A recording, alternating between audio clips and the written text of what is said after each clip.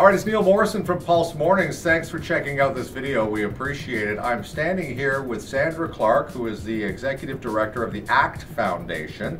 Good morning, Sandra. Good morning. Thanks for coming by. We appreciate it. Thank you. She brought the Ottawa weather with her, by the way, in town for a couple of days. And the person to my left is Mehek, and Mehek goes to Tomanowos Secondary in Surrey. I got it right? Mm-hmm. Okay, so what we're going to do today is we're going to show you what the ACT Foundation, with their partners, what they do to help Surrey students understand the art of CPR. Sandra, am I getting that right? You're getting that right. Okay, so quickly tell me about the ACT Foundation. What is it? So the ACT Foundation is a national charitable foundation that helps secondary schools across the country set up free CPR and defibrillator training for their students with the support of our partners, our health partners, Sanofi, AstraZeneca, and Amgen Canada. And in British Columbia, we're partnering with British Columbia Emergency Health Services, and paramedics go into schools, train the phys ed teachers to be the instructors for their students. I see. And we fundraise for the training equipment to give the defibrillators to the schools. We go to service clubs and others, and the mannequins, and donate the equipment to the schools. And then phys ed teachers train thousands of students throughout BC every year in these life-saving skills. Mehek from Tomanowos Secondary. How did you learn to do this? You said your PE teacher taught you this, right?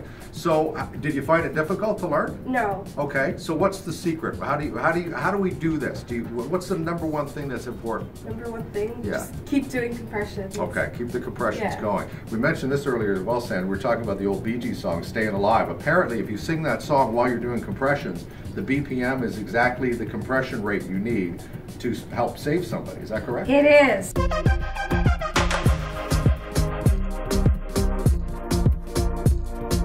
Just give us an idea. Show us what you've learned. Okay, so if someone collapses, I'm going to check my surroundings for dangers.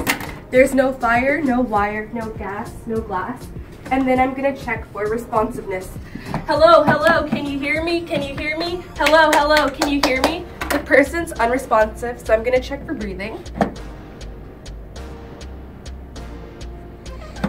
I have an unresponsive person that's not breathing. Can you please call 911 and get me an AED? Okay, this is what you're and then I start compressions.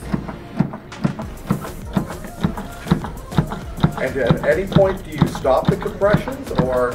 Once the AED arrives, and I've done 30 compressions. Okay. And all the while you're waiting for paramedics will come and take over.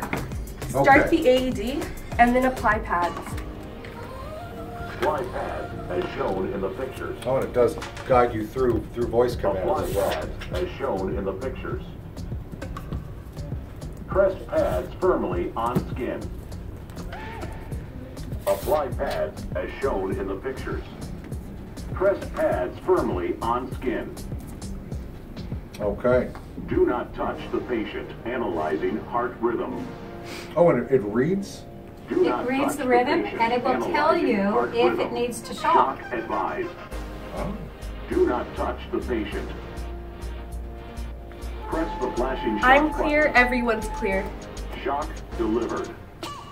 And there you go. Begin And you CPR. continue CPR from there. And then I continue CPR until help arrives or the AED tells me to stop so I can reanalyze heart rhythm. So important because you never know when a cardiac arrest will happen, and everybody should learn CPR so they're prepared to save a life.